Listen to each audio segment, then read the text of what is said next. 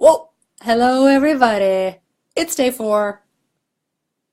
Today I'm going to be talking about the idea that started it all. Woo! Can you tell I'm getting more comfortable with these Facebook Live things? I feel like a seasoned pro now. Um, let's see. I was thinking Miranda's here. Hello. All right. I was thinking I could share my video while I'm in it, but I don't think I can. But that's okay. I will later. A little starting, hi Miranda. A little starting, a little starting thing really quick to kind of get things off the ground. If there is something that you love to do, maybe it's at the heart of your business, maybe it's an activity, and maybe you've gotten like swept away from it, especially if you're an entrepreneur and you're trying to create something and bring this idea to life, and you find you've been spending all of your time trying to market it and build it, and you're not actually doing the thing that you really love. Find a way to do that thing more, because it's really awesome and it's really lighting me up. And I'm just showing up every day and talking about an idea that I find cool, that I think is going to help you if you're watching. And it's just really, really great. So even if you don't get paid, even if you don't get recognition, even if it does nothing for the back end or the business side of it, find ways to keep doing the thing that you love the most, because it'll keep you inspired. New ideas will come up as a result of it, and I want that for you. A couple of little logistical things before we get started. The first is feel free to share. If I have said anything in any of these videos, feel free to share. I think you might be able to click share now if you want. You can share it on your personal page. You can send it in a message to anyone who you think could use the idea. Oh, Miranda just shared it! Miranda, you rock! Thank you for sharing. Another thing too is if you hear something you like, click the like button. Like away. And finally, please don't hesitate to leave comments on the right-hand side. If a question comes up, if an idea comes up, even if you're not watching live, I am following up with comments as much as I can throughout the day. And so look, there's a cool little like, thank you. Thanks for that little thumbs up. But that would just be awesome. As far as just creating good energy around these videos, I appreciate it very much. And as always, if something hits you in particular, if something really lands, if you are at the beginning of a change, an adventure, a journey, a transition, you're trying to slow down because you're feeling overwhelmed, look at all the likes. Oh my God. You're all so awesome. I can't take it. If you want to dive into this more deeply, hi Karen. If you want to dive into this more deeply for yourself, I invite you to have a complimentary, quick little discovery call. You can find that over on my website. Here's the webpage, allegrastein.com/coaching. And it's just a quick way to initially connect, see if there's a fit, see if there's any work that you want to do, and that we can maybe partner up on. That would be amazing. So feel free to visit that anytime. The likes coming through are blowing my mind. I can't even take it. Okay, so let's just get to the heart of this. I'm going to be sharing today the idea that started it all, and I want you to, a couple of things before I kind of dive in. When I first started coaching, I discovered the woman who's going to end up being my mentor and my original kind of coach teacher. Her name is Brooke Castillo, and I have to credit this model to her. It might sound familiar, especially if you like looking into personal development and how you think and how you feel, but the way that she laid it out was unique to her. And when I first heard it, I got it like that. When I first read about it, I think I bought her book, Self-Coaching 101. And then I ended up signing up for her coach training program with the Life Coach School. So that's where I got my original coaching certification. But this is the idea, this is the thing when I first started looking into coaching that just cut through all the noise, and when I heard it, it just resonated so deeply, and I wanted to share it with you today, but making sure to give her credit for that original seed. I invite you, as you are listening, share your comments and questions to the side, because it brings up some interesting stuff for people. I also am going to invite you to please You stick with the simplest examples. It's not uncommon sometimes when I share this to want to take it to the most extreme examples. Like, well, what about this? And what about that? What about the most emotional thing I've ever experienced in my life? Or this really significant event or big traumatic thing? And I get wanting to go there for the purpose of trying to like tease it apart and find the flaw in it. But I really hope that you'll kind of stay on this just fun, curious, like, what if that's how it is? And the best way to do that is to just let yourself work with kind of simple, everyday examples that you are very familiar with and happen all the time. All right, so here it is.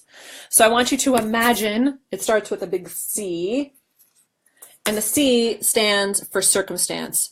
Okay, the circumstances in your life are those things that everyone would agree to that they are the way they are. They are the facts. Your mother called. Your sister said these 5 words. There is a number in your checking account. You have 3 clients.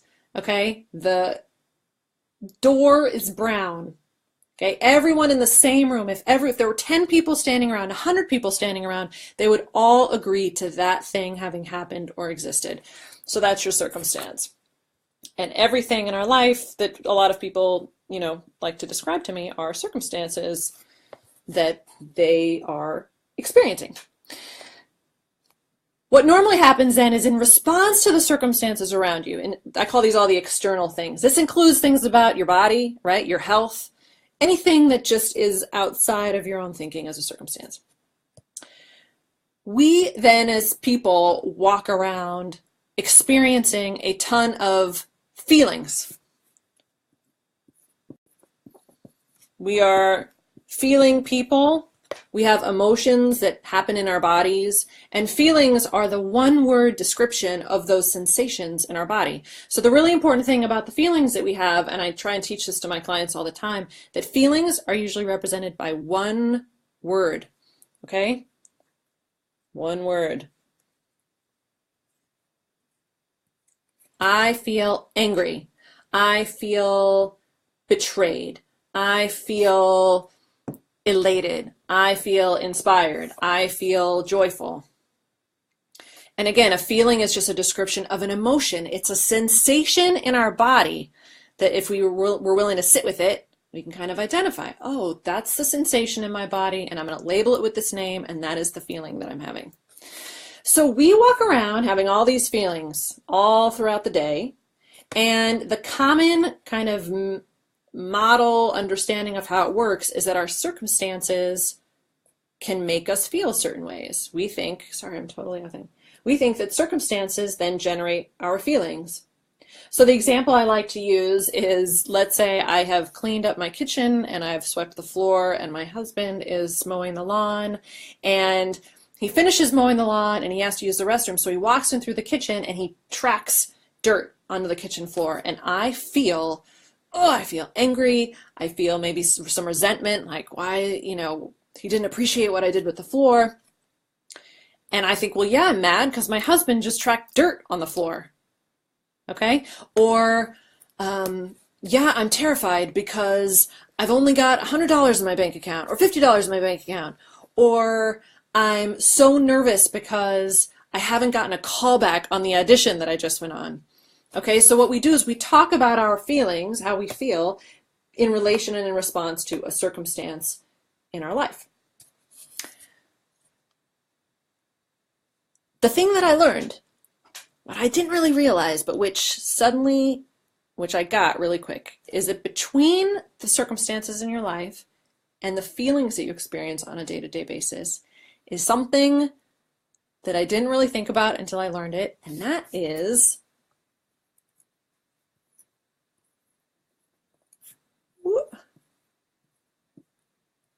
our thoughts. That between our feelings and our circumstances are actually our thoughts about our circumstances. And that it's our thinking that creates our feeling and not the circumstance that creates our feeling. So an example that I like to use is a movie, let's say with Julia Roberts. and you go to the movie with 10 other people, and you come out of the movie feeling super annoyed. Thanks for the hearts and the likes. You come out of the movie feeling really annoyed because it's Julia Roberts and you just don't like watching her. And someone else comes out of the movie and is like, oh my gosh, I love that movie because I love Julia Roberts. And they feel excited and they feel inspired and they feel like they got their money's worth. Or they just feel satisfied and you feel unsatisfied. Same movie, same exact circumstance. Whoop. Same exact circumstance, totally different feelings about it. One person feels satisfied, another person feels annoyed. Now, if the circumstance was causing the feeling, you both feel exactly the same way. But you don't feel exactly the same way. You have totally different feelings because between the circumstance and the feeling is your thinking about the circumstance. Oh, she's a terrible actress. Oh, she doesn't know how to play that part very well. Maybe there's some connections. Thank you, thank you, thank you. Maybe there are some connections, just between stories you have from your past about what Julia represents and these stories you have about her that the other person doesn't have. And we can talk a lot about where these thoughts come from, but that's like a whole nother conversation. We can talk about where these thoughts come from, but the purpose of today's conversation is to suggest to you that the feelings you experience on any day in response to these moments in your life, and again, let's try and keep them simple for now, are actually in response to your thinking about the circumstance and not the circumstance itself. Going back to the example of, let's say my husband trekking dirt onto the floor after I've cleaned it. Let's say you were at my house and you saw this whole thing happen. And while I'm sitting there feeling annoyed because of the story and the thinking going on in my mind, you're sitting there feeling a little bit jealous because you're thinking, dang, I wish my partner mowed the lawn. Or, oh, isn't that nice that he gets to stay home from work today? Right? There's all different kinds of things that can be happening in the stories we tell ourselves in response to the circumstances that we're exposed to. Now, this model kind of goes on. I'd love to know what you think about this. If you have questions, please leave them in the comments. If there's an example in your life that you can think on, please go ahead and share it. And even if I'm not on live, I'd love to respond to it a bit, as the day goes on. But I would love to know what's coming up for you as you're considering this as a possibility. Now, the model isn't complete, and I won't get too far into the next steps because it can get, all these have these different parts to it. But depending on how we're feeling, our feelings then create or contribute or inform what our actions are going to be. So following our feelings, sorry, disorganized with my pen, we take certain actions. Okay, depending on how we're feeling, we take certain actions.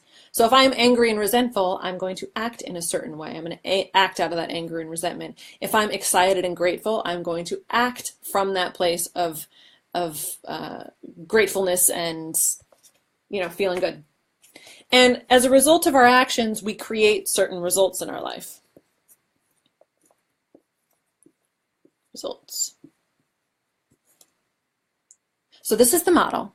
This was the thing. This was the thing that was shown my way. This idea that in response to circumstance, we have thoughts.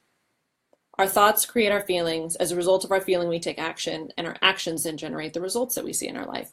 Again, this part is kind of a second half to this conversation, but the piece that really, really, really stuck with me, the one that just kind of blew my mind in the moment that I not only read it, but I then applied it. And that's the thing, is all these ideas that I'm sharing, they're all great. I hope you're getting something out of them in the moment. But what I hope more is that you're taking them away from these conversations and you're actually looking for them in relation to your life. That you're looking around and you're trying to apply them. They're kind of like thought experiments. Sometimes the assignments that I give people are actually external, like go try this thing and see what happens. But sometimes it's just think about this in a certain way. And here's the thing about this model. Here's what's really beautiful and also frustrating about it, is that if you want to really, considering that your emotional life is a response to your thinking can be very challenging, because in the beginning, when you really start to think about it, and I'm going to spend more time on this idea, I think tomorrow, there's this resistance, like, no, we start to judge our feelings. We don't want to think that they're coming from our own thinking. That sense of responsibility can feel very edgy. But on the other side of that, like, oh my God, like, I can't believe this is me. Like, this is coming from within me, is this awesome moment of, oh, this is me. That my emotional life is actually something that I am responsible for and that I have ownership of, which is very, very powerful. It has a lot of layers to it. Again, I would love to know what's coming up for you as you're watching. Please, don't hesitate to leave comments on the side. And yeah, if there are any questions while I'm here live, I'm happy to take them. Any challenges, any points that you're like, kind of want to suss out a little bit more. I'm going a little bit longer today than I have in the past, which is super fun. And again, I'd love to follow up just with the request if you'd like to share this with anyone. If you want to post it, you can click the share button and either share it on your wall or in a group or with an individual if you think they'd be interested in this kind of idea and exploring what it could look like. And if you want to dive in more for yourself, I would love to invite you to have a quick call together, which you can find on the webpage that I pinned in the comments to the side. All right. I don't see anything coming through, even though I know you're out there. I hope I've got your wheels turning. If your wheels are turning, will you click like? Just give me a couple likes. No, it's all good. I know you're out there. Oh, there they come. Miranda, you're the best. You're like my team out there. Awesome. I hope you're all having an amazing day. I'll be back tomorrow with something new. I think I might jump off this. I have some more to say because it can, wait, if you really start to think about it, it can kind of get a little wonky as you start to play with it. So let me know what you think. And yeah, I'll talk to you again then.